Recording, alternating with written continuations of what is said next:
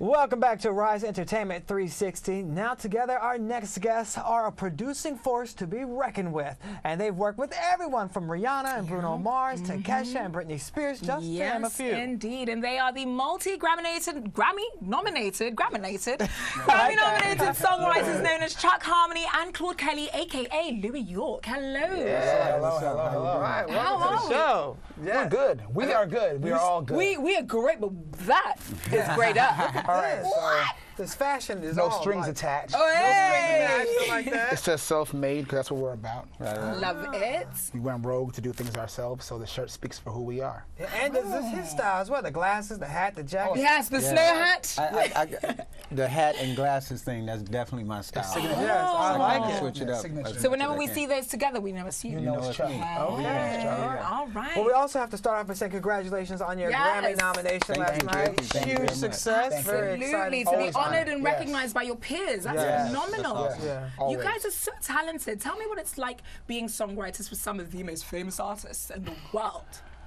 It never gets old. Yeah. Like, I mean, doing music and making a living is a gift, period, because you know, you've heard the story, it's hard Yeah. to get in there, stay in there, and make a living of it. Yeah. So we were lucky to work with some people really early on. So, I mean, you named a bunch of them before, but he's... It's okay, you can name drop. We like it when you name drop.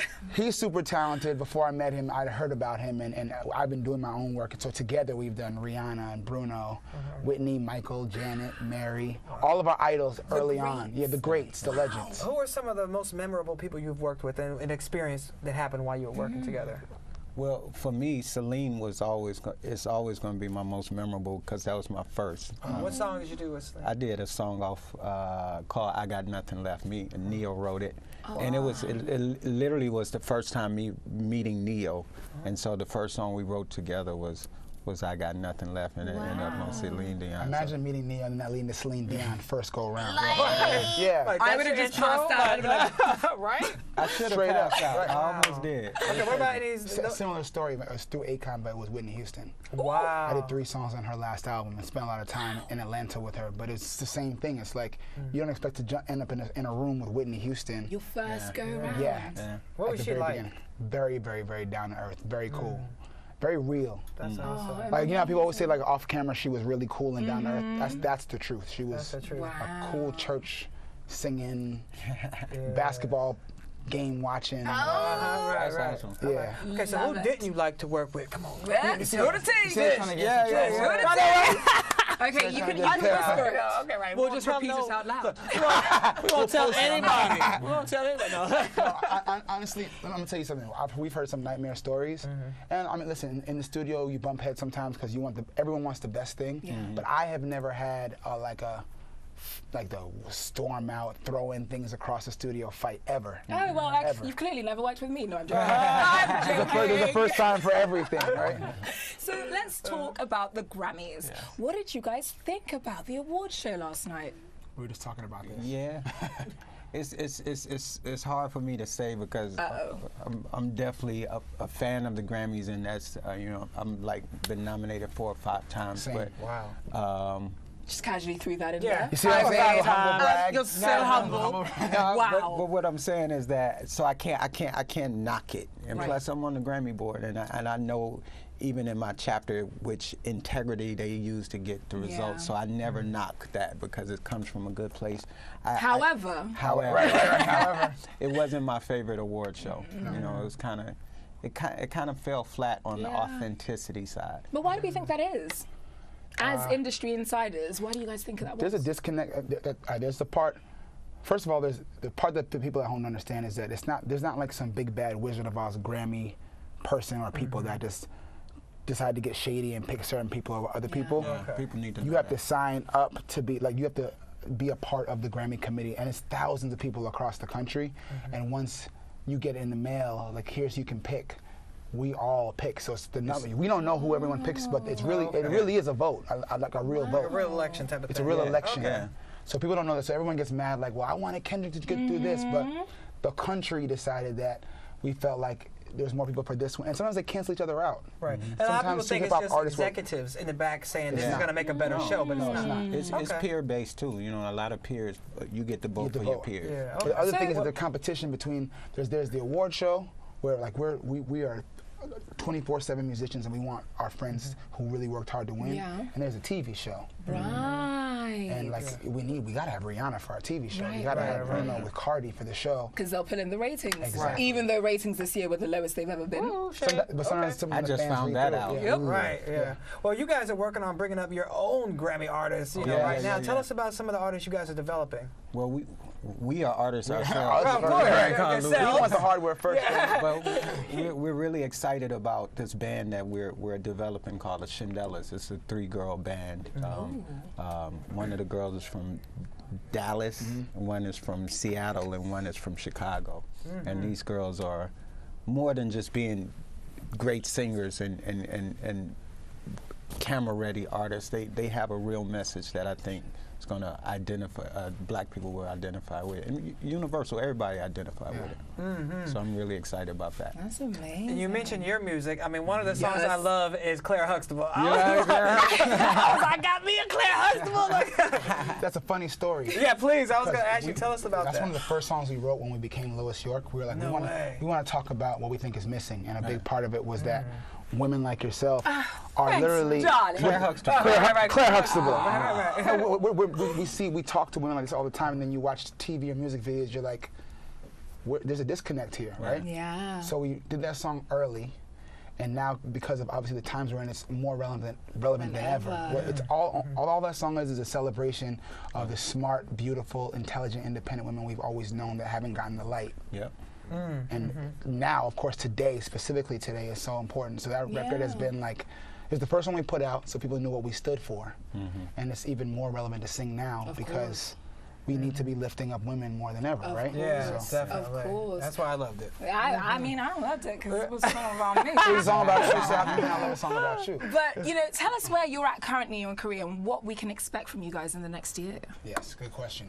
We just completed a Masterpiece Theater Act 1, Act 2. It's like a trilogy of music.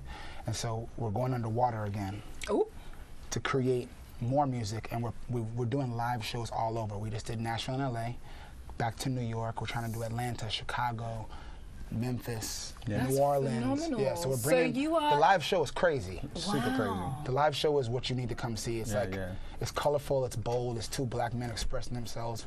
He really plays, I really sing. Right. Earth, Wind, and Fire vibes. Yes. Just big music, big hooks. The Shandellas perform. So everything we do is to bring people to the show so they can really understand what we're trying to talk And about. when's the next show? We're planning one for March, so it's soon to be on our website, weirdoworkshop.com. Yeah. What, you know, you guys are both so talented. How does the partnership work? Like, We hate one each of you- other. We hate each other. I can tell.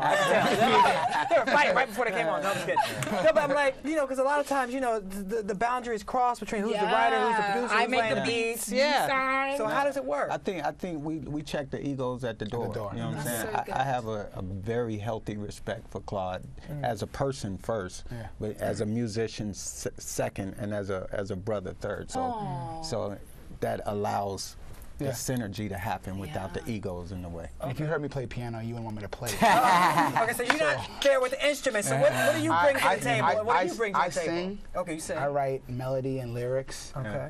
I do play enough to get the ideas out, but this guy is like, I'm talking about, see, everyone says they play piano. I'm talking about Ray Charles plays piano. Oh, you're talking With the bob and prodigy? weave? I'm talking about, yes. So I don't even get close to the instruments when he's there. He literally is the guy that makes the sound that you lose yourself in. Wow.